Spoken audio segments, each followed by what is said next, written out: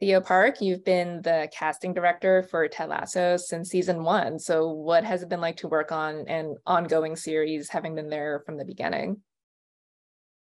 Um, it's such a great show. I feel very, very blessed, really lucky, but it's really good. We've really dug into the characters, I feel, over the last 3 seasons, and getting to know them a bit better has helped with the casting around them as well, which has been really fun. Mm-hmm. How would you say your job has changed season to season, or maybe it hasn't, but how would it compare? It's, I guess, launching a show, you have to cast all the characters, but then coming back, they're there, and then you're kind of casting new characters and guest stars. Well, people love the show, so people are always really happy to hear to take our phone calls, which is nice. Everyone wants to be on the show. Yeah, we've got some great fans, and people really do put their heart and soul into the auditions as well. That's just lovely. It's a really, really enjoyable process. It's definitely changed. Season one, I don't think any of us really knew how to pitch it, honestly. I really don't. And but it's become easier in that sense. Because there's definitely there's a proper Ted Lasso flavor, isn't there? And we're really into the groove of it now. Well, we certainly were by season 3. Mm-hmm, for sure. Well, season 3, you have a bunch of new characters. One of them, Zava, this hot player, just comes in, mysterious, eccentric, this enigmatic star. I feel you see a lot of those kind of athletes in general, not just in soccer. So how did you go about finding the right person for this part? Well, he was the writers had based him on Zlatan Abramovich, and so that was super helpful. He had to be ideally of Eastern European descent, or at least be able to do that accent, and be very, very tall. So that was the breakdown. Those were 2 prerequisites, and also athletic, and also be funny. And I never thought we'd find this person. I really didn't. I thought that was a really hard task. We did sort of talk about sort of stunt casting it as well, like going for someone really sort of famous in a way. But I think I'm glad we didn't, because I think that might have really unbalanced the show. Because that's not what Ted Lasso is about, really. But when Max Ozinski did his amazing audition, I felt huge relief. And then when they chose him, I felt even better relief. But they're really good. The creatives on Ted Lasso are really good at casting. They always do choose the right person. So did Max come in, or did he just send in a tape? He just sent in a tape, yeah. But I mean, it was so coincidental, because he happened to have moved to London with his wife and kid, totally coincidentally.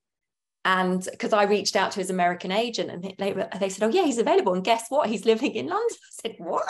And I think they just decided, him and his family had just decided to have like a sort of a 6-month sabbatical in London, and then he got Ted Lasso, and he had to stay for longer.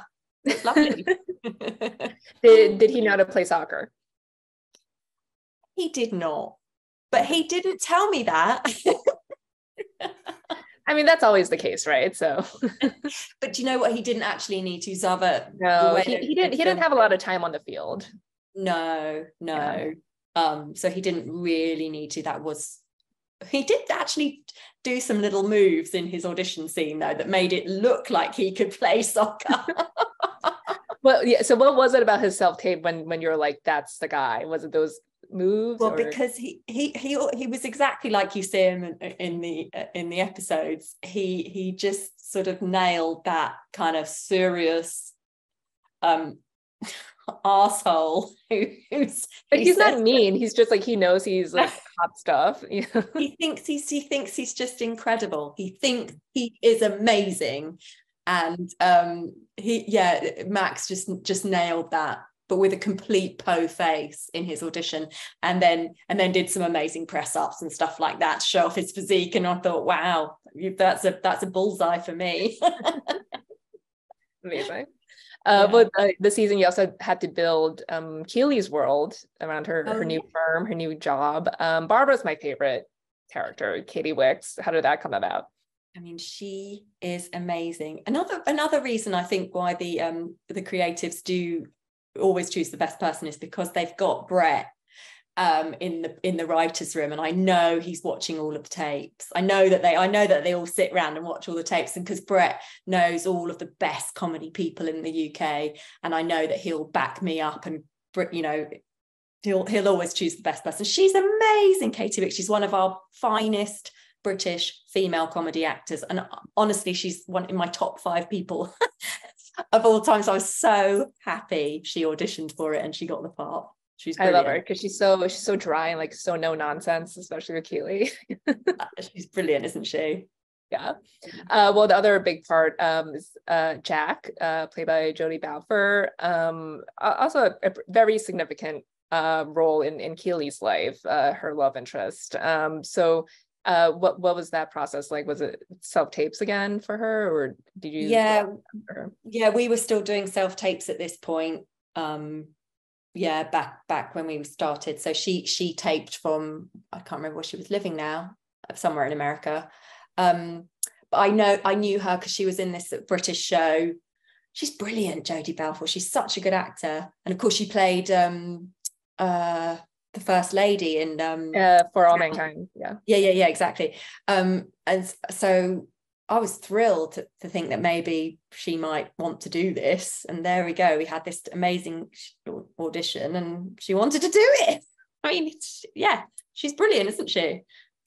Yeah. How much did you know about where that storyline was going with Jack when you're casting for these parts? Yeah, I knew the whole thing. Yeah, Jason filled me in on the whole arc. So it was important to know that she had that range, and it was also important that she identified as queer in real life. That was important for us. Did she read with Gino? She didn't actually. Do you know what? We've managed to get away with it on this show. We haven't really done many chemistry reads, and we've got away with it. Touch wood.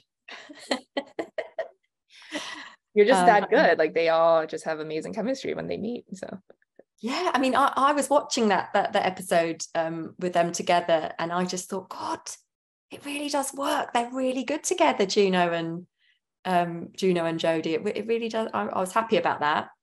Really happy. Yeah. Was someone else who came in and quickly left was Shandy, her Keeley's friend, who just came in like a hurricane, destroyed everything and left. And I feel like that kind of character, you know, it's like you kind of want the audience to hate them, but she was also so entertaining. So how did you go about finding a Breen Razia for it? We saw quite a few actresses for that role, and a lot of them were brilliant. But I tell you what, Anne Breen's tape was hands down knockout, the best tape.